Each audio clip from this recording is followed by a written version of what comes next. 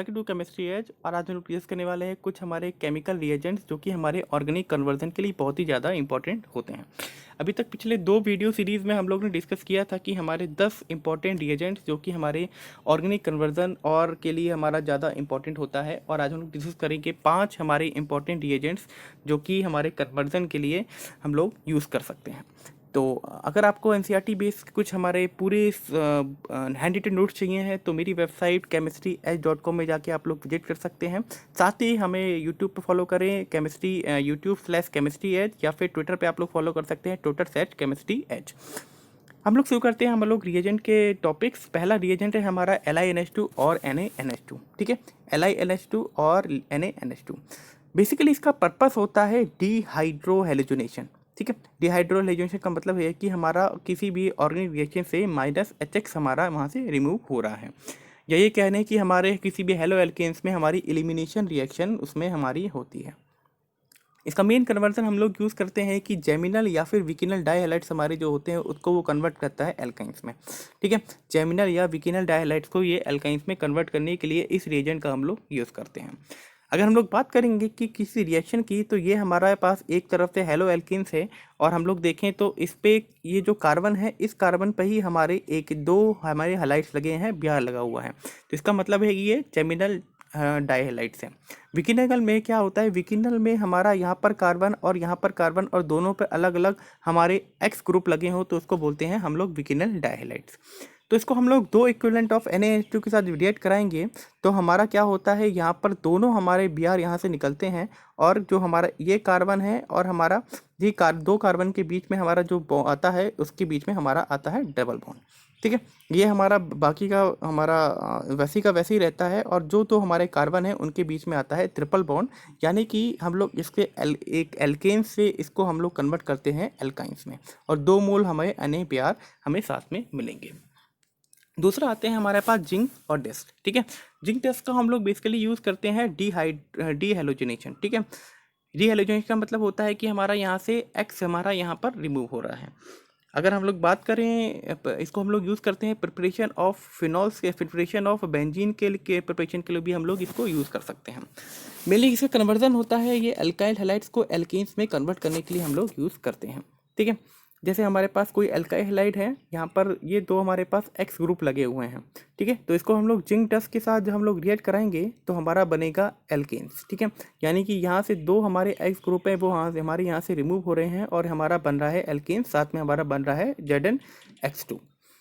दूसरा हमारा इसका इम्पोर्टेंट हमारा रिएक्शन में होता है कि हमारे पास कोई फिनॉल है, उसको हम लोग जब रिएक्ट कराते हैं जिंक के साथ और हीट करते हैं तो हमारा क्या बनता है, बेंजीन, और साथ में बनता है ZnO। ठीक है, बेंजीन के साथ हम लोग बन रहा है जिंक ऑक्साइड।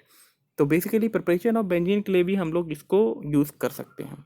तीसरा हमारा रिएजेंट आता है Cr2O3 और Al2O3। बेसिकली इसका रिएजेंट हमारा होता है, इसका पर्पस होता है कि एरोमेटाइजेशन के लिए हम लोग यूज़ करते हैं। एरोमेटाइजेशन का मतलब होता है कि हमारा एलिफेटिक हाइड्रोकार्बन को हम एरोमेटिक हाइड्रोकार्बन में कन्वर्ट करें तो उस प्रोसेस को बोलते हैं एरोमेटाइजेशन। बेसिकली इसको हम लोग यूज़ करते हैं लीनियर एल्केन को हमारा सीधा बेंजीन में कन्वर्ट करने के लिए। जैसे हमारे पास एग्जाम्पल के तौर पर देखें तो यहाँ पर हमारे पास N-हेक्सीन है। ठीक है, एनहेक्सेन है, इसको जब हम यूज करेंगे Cr2O3 और Al2O3 के साथ 600 डिग्री सेल्सियस के साथ, तो H2 हमारा यहाँ से निकला है और साइक्लाइजेशन होता है और ये बनता है साइक्लोहेक्सेन।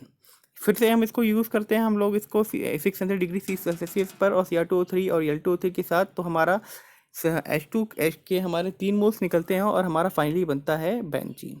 ठीक है, फाइनली यहाँ पर हमारा बन जाएगा। तो अगर हमें सिंपल एलिफेटिक से एरोमेटिक हाइड्रोकार्बन में कन्वर्ट करना हो तो Cr2O3 और Al2O3 हमारा बहुत ही इंपॉर्टेंट रिएजेंट है। चौथा हम लोग आते हैं कॉन्सनट्रेटेड HNO3। ठीक है, कॉन्सनट्रेटेड HNO3 का बेसिकली हमारा पर्पस होता है इलेक्ट्रोफिलिक सब्स्टिट्यूशन रिएक्शन कहीं भी हो रही हो तो हम लोग यूज़ करते हैं कॉन्सनट्रेटेड HNO3। और बेसिकली कॉन्सनट्रेटेड HNO3 से हमारा NO2+ हमारा जो इलेक्ट्रोफाइल है वो हमारा बनता है और वो हमारा सब्स्टिट्यूट होगा किसी भी रिंग में या किसी भी हमारे हमारे कार्बन नेगेटिव आयन पे, कार्बन एनायन पर। ठीक है, तो इसीलिए हम लोग इसको बोलते हैं इलेक्ट्रोफिलिक सब्स्टिट्यूशन रिएक्शन या फिर ESR भी बोलते हैं। मेनली कन्वर्जन हम लोग के लिए हम लोग यूज़ करते हैं बेंजीन टू नाइट्रोबेंजीन या फिर ग्लूकोज टू सैकरिक एसिड। ठीक है। बेंजीन को हम लोग कन्वर्ट करते हैं नाइट्रोबेंजीन में और ग्लूकोज को हम लोग कन्वर्ट करते हैं सैकरिक एसिड में।